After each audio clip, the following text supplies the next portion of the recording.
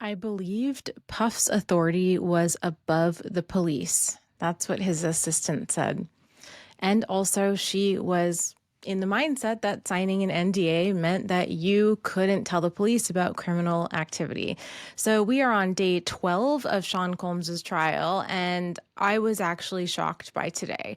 I have gone the last couple weeks thinking that we're really just looking at these freak offs with Cassie and that he has these fetishes and he's a sadist. But now I see him as a sexually psychopathic, sadistic waste of human skin. It is so rare to have a sadistic and sexually sadistic psychopath. Psychopaths are a lot of things. We'll go through them in this video, but the way that Sean Combs likes to abuse people and graping his assistant 4 times, maybe more, and each time doing it by surprise, drugging her. She doesn't remember it. She wakes up in different places, on an airplane, in her bed, in his bed. While she's organizing his closet, he comes and sticks his Tootsie Roll right in there until he decides to finish. And he gets off on that. Nasty, horrible person. He even graped her once at his 40th birthday party. Cassie was there and his kids were there. If his kids ever watch this video, I hope you know that your father was one of the worst people I've ever heard of in my entire career. And if you turn into him, hell will wait for you as well. You should devote your entire fucking lives to cleaning up the victims of sexual abuse. So let's go over what happened today. The stylist, Deontay, took the stand once again. He finished his testimony. He definitely talked about Michael B. Jordan again. He name dropped some celebrities. He made sure that it was Michael B. Jordan and not Michael Jordan. So, I don't think it was that serious this morning. And then things took a turn. He acknowledged that videos were on Cassie's phone, but that Sean Combs used Cassie's phone to videotape Cassie with other men and leave him out of it. And so, another manipulative way to make it seem like Cassie was complicit. And then the attorneys, of course, tried to make Cassie seem complicit using that again. And I'm very glad that he stood his ground and he said, no, she did not make those videos. He did those videos on her phone to use as blackmail against her and probably a lot of other people, probably a lot of celebrities right now who are just horrified hearing this, waiting for their names to be dropped because they did shady shit and they didn't stop it. We have hundreds of moments of Sean Combs pummeling Cassie, beating her so badly, verbally abusing her, and yes, probably raping her and SAing her. This is horrifying. And in public, people knew about this and no one did anything. And this girl today, Mia, however she wants to be known as, she fought back. And Deontay. At one point, it sounds like they jumped on Sean's back to stop him from beating Cassie. And this is like one of the first times that we're hearing somebody actually stood up for her. And it led to them getting harmed themselves. And, they couldn't combat the force of this drug-crazed fucking psychopath. It's just completely obscene. So what's a psychopath? A psychopath is somebody who, let's think of Sean Combs and let's think of the criteria for a psychopathy inventory, psychopathy checklist. Glibness and superficial charm. Yeah, well, everybody said he just walks into a room, right? And he just owns that room. Even people today have said that when he walks into the trial, he's captivating. I mean, on the first day, he stood up and waved to people. He's raping people left and right, and he's doing this little fucking shit for his kids in the courtroom. Okay. Check. 1, grandiose sense of self-worth. Yeah, I think he thought he was better than everyone else. He thought his shit didn't stink. Need for stimulation. Proneness to boredom. Well, having freak-offs every single weekend and then also raping and assaulting everyone else in your life during the week certainly seems to meet criteria for a need for stimulation and this proneness to boredom, or making your assistant work 5 days without sleep to the point where she is hallucinating. Lovely. Oh, and then just randomly firing her at times and ruining her life and then bringing her back. That's great. Pathological lying. Yep, got that. He seems to be lying about everything. He's lied about everything to everyone for years. And we are going to start seeing that in a more tangible way as the government shows us tangible coercion. We're building parasitic lifestyle. Okay, yeah, so he's taking things from people. He's using people without giving it back to them. He's not offering them what they're worth. He's just a parasite. He's a leech sucking things out of people. We've got that one. Cunning, manipulative. Yes, he manipulated everyone in these stories. He blackmailed, he threatened. There is so much coercive control. There was no remorse or guilt. I mean, he would do these horrific things. He threw Cassie against the wooden corner of a bed frame and slit her eyebrow open. So, like, the pictures are, there's a huge gash, like a centimeter deep. And then immediately is like, oh yeah, we got to get her some help. Go do this. Go. No, he's not sorry. He's not sorry. He doesn't care at all. Shallow affect. I think we're seeing that play out in court, even in these effing sketches where he's not even making any facial expressions to the horrifying abuse that he has caused people.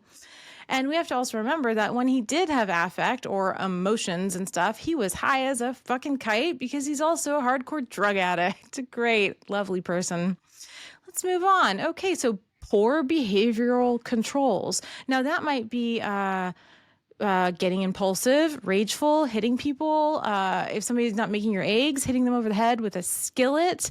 Like the assistant today who wanted to change her tampon. He didn't want to give her that time. So he threw a bowl of spaghetti on her head and kicked her out. She had no shoes on. She had blood running down her leg and she was hiding in a bush. Now, I would say that that is a poor behavioral control. Early behavior problems. I don't know about that one. We're going to look into that. Yes, he has, since a very young age, been a part of this industry, but I will look into what is his youth like? What was he doing at 5? What were his grades like? What was he doing in elementary school? What was junior high? When was the first time he actually graped somebody and enjoyed that abuse of authority and power? What does mom say about him? Will his mom testify?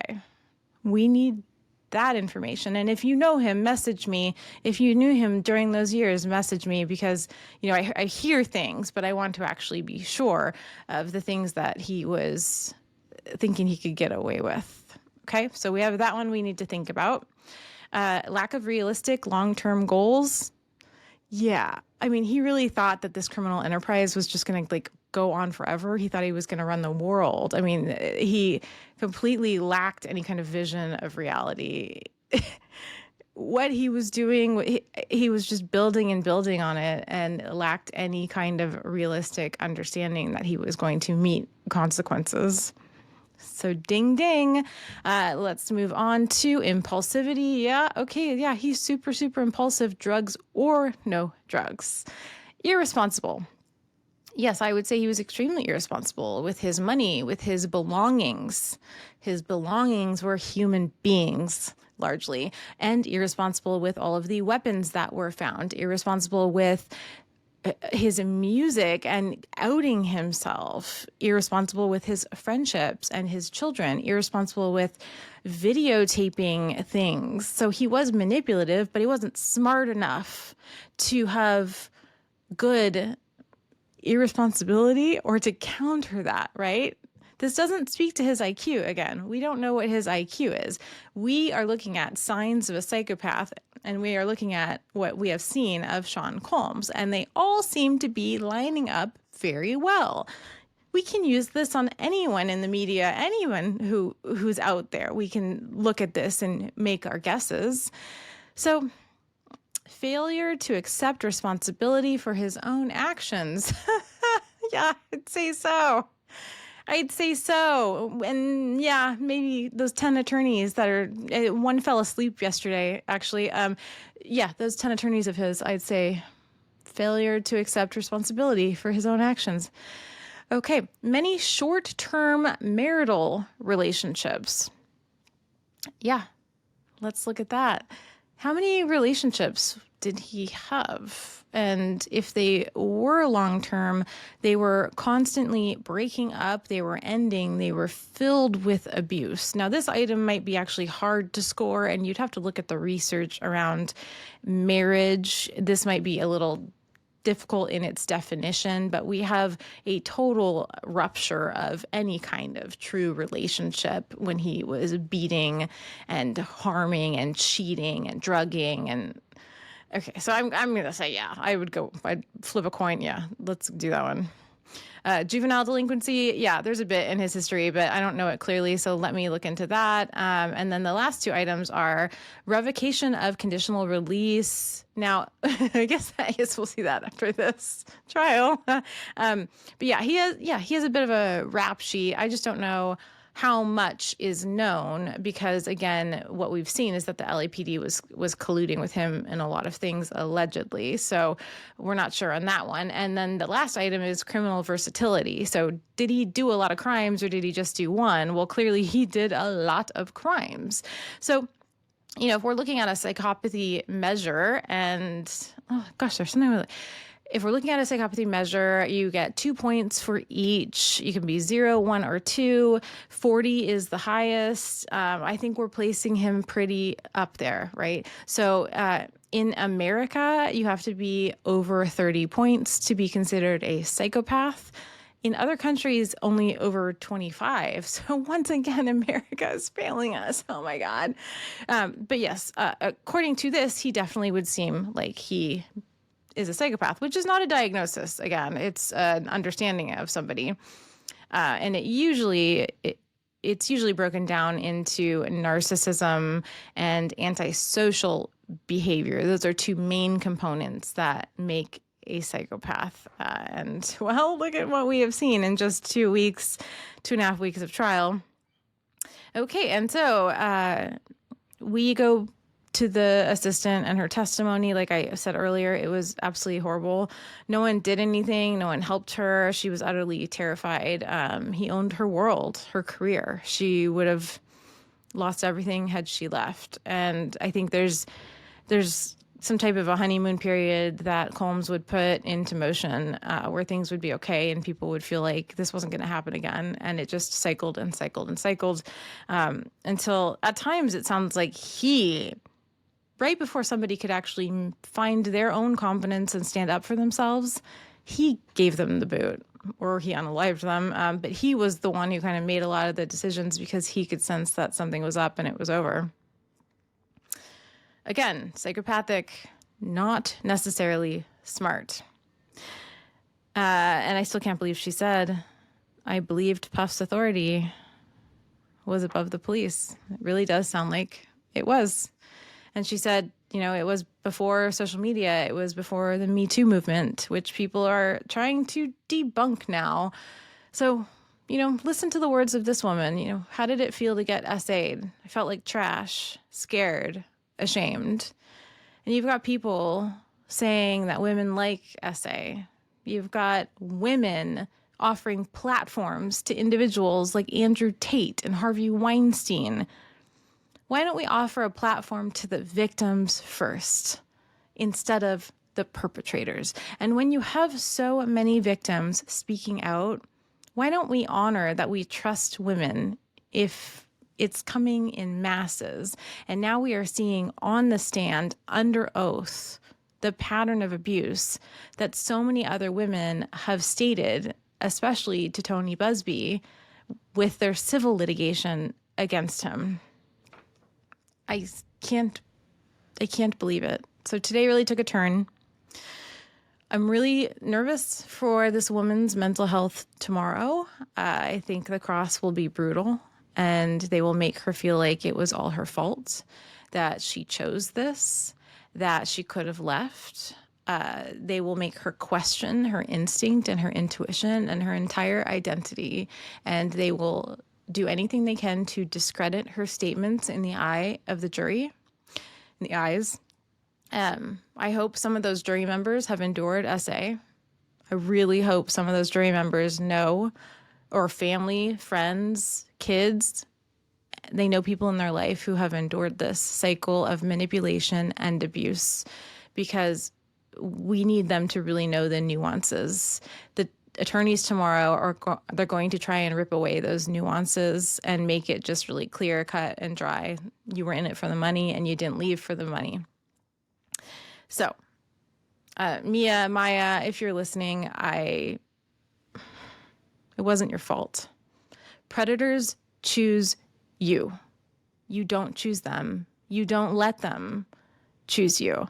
You don't have a choice. And when you meet a person like Sean Combs and all the people riding his coattails with his power, sadism, psychopathy, you don't have a chance. If he's going to target you, he's going to target you.